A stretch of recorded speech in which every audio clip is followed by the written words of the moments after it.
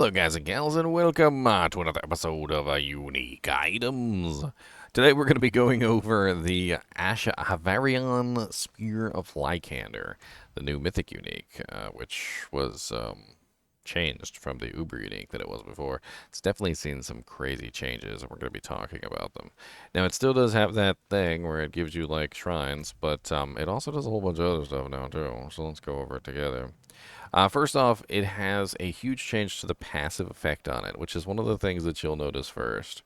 Number one, it has 159.5% critical strike, 159.5% vulnerable damage, and 159.5% overpower damage, for a total cumulative value of something like 475% additive bonus. Although it is spread between three different things, the Ahavarion Spear of Lycander definitely gives a lot of freaking bonuses. And I'm not really sure why they gave it so many additive bonuses, but it does make it interesting in terms of maybe scaling that across, some characters. On top of this, we also have 18% all stats. That's right, 18% all stats. That means it just gives you like a bunch of strength, willpower, dexterity, including intelligence. So just putting the staff on, like if I take off my staff real quick, it does only have 269, 783, 452, and 422, and I literally go up on every single stat with this particular item. Not really as much in my main stats, but obviously, with an 18% bonus, I'm going to be able to increase that a lot. I just need to get more flat bonuses so that I can use this all stat bonus to increase that. And obviously, this is going to go up with masterworking, and you can hit on that specifically with the 25% bonus, which is going to make that even more ridiculous because obviously, if you can get that up to its highest value, which just talking about that real quick, let's run that on the calculator. So, assuming that you hit it with all the 25% bonuses, which is 75%, and of course you also got, what is it? The masterworking bonuses for each tier are like 2% or something, like 2, 4, 6, 8, I think. I can't even remember right off the top of my head, but it's like, let's see, 16. Boop, plus 16. Let's just do plus another 8, which brings it up to like 99%. I'm pretty sure that's what it is. And then so we take our 18% here and we bonus up 99%, and we end up with a all stat bonus of 35.82, which is going to give you a freaking hell of a lot of strength, intelligence, willpower, dex, and it's kind of important to like explore this. So strength gives you armor, which, while not a completely useless stat for the sorceress, isn't like the most amazing. However, the sorceress does have issues with armor, so having additional armor to camp that out certainly wouldn't be bad. That means you need less armor on your equipment. Intelligence, of course, is the main stat for the sorceress, and it's also going to give her massive amounts of resistances. Honestly, with this particular item, I really doubt you're going to need resistances anyway, so that's pretty much solved. We also have the willpower, which is going to give you your overpower damage. It's also going to give you resource generation, and it's going to give you improved healing, which are all very nice things to add on. And then on top of that, we also get the increased critical strike chance and the dodge chance for dexterity. Now, the critical strike chance doesn't really matter with this item, but the dodge chance is nice to have. On top of this, we also get 33% movement speed, which again can be masterworked up to pretty insane levels. And we also grab the 66% resistance to all elements, which means that if you were ever having any issues with resistances, you will not while you're wearing this item. They will all be capped. And honestly, on a sorceress, it's not really necessary or needed. But on a druid, the 66% resistances is going to be freaking amazing. I will cherish this honestly on a druid. I'm actually probably going to see if I can make a build with this particular item for the druid because I think it would be pretty fun. And then on top of that, we also have up to a 5% chance to restore 66% primary resource, which is not exactly the most amazing thing in the world, but being able to just completely restore your resource at random is certainly not terrible. And then the main meat and potatoes of the item, which is gain a random shrine effect for 20 seconds after killing an elite enemy, can only occur once every 30 seconds. So basically, what this does is it just gives you any of the shrine effects, and of course, you can actually beef this up by increasing shrine duration. Shrine duration is a modifier that you can obtain on some items, tempers, and things like that, and you can definitely make this last longer. So when you're out in the open, and it doesn't really work here, and this is kind of the upset thing, is that like when you're in here and you're fighting like training dummies and stuff like this, obviously there's no way that you're going to be able to activate this because you can't actually kill anything. And it kind of sucks. The flavor text is the angel Lycander left us a portion of her power in this spear. It is all the proof I need that she watches over a still Oracle Argonius. I can't pronounce that. So basically, if we take this outside and we go kill an elite enemy, what's gonna happen is we're gonna get a random shrine effect, and there are so many different shrines that you never really know what you're gonna get. There is a critical strike shrine, obviously the lethal shrine. There is the artillery shrine. There is the blast wave shrine, and so forth and so on. And all of these can be potentially interesting as an option to obtain. Let's go ahead and activate this real quick so we can get some elites.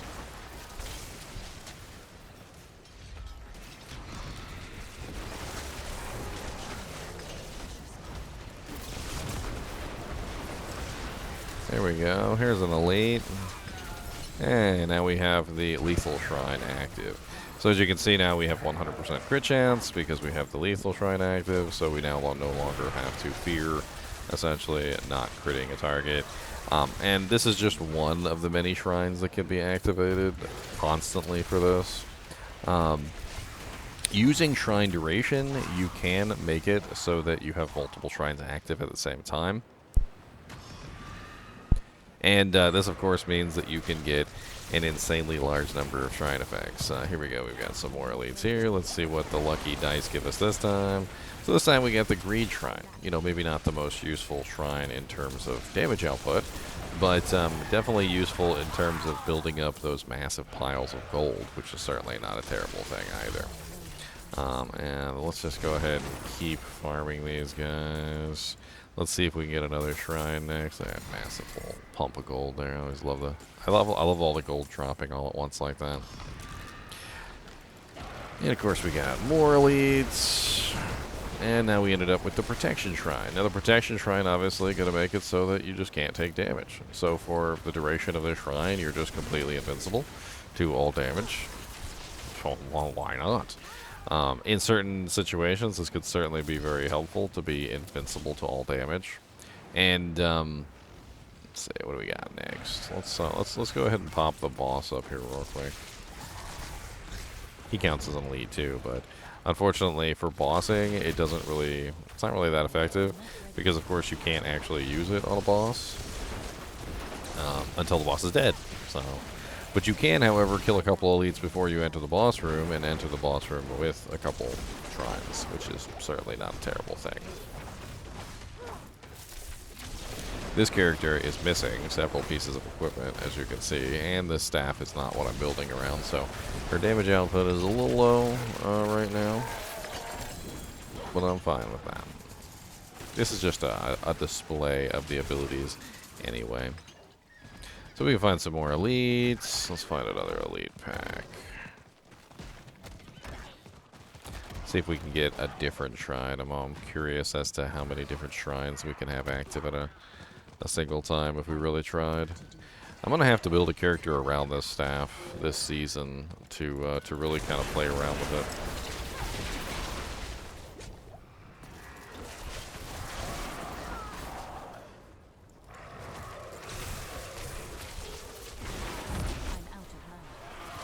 No elites nearby.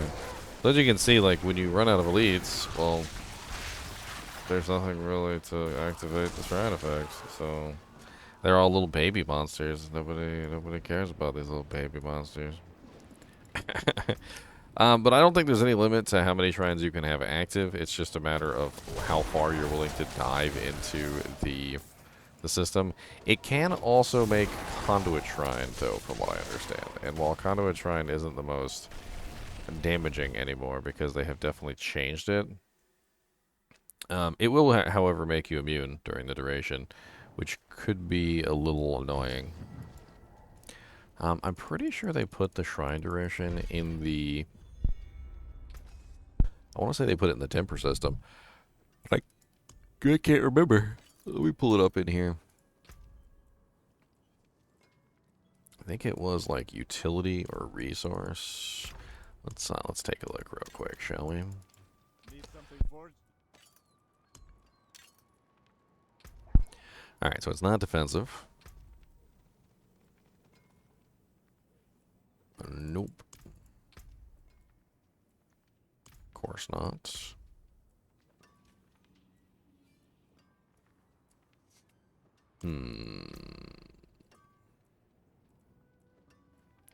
It might not be in the tempering system.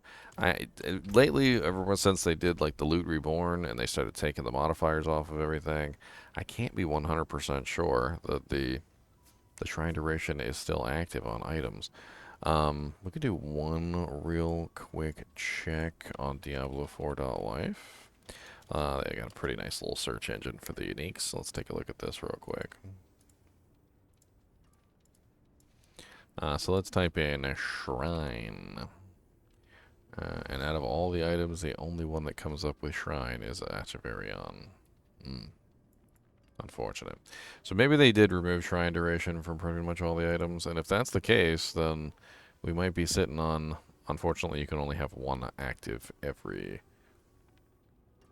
20 seconds for 30 seconds, so there's always going to be a downtime then.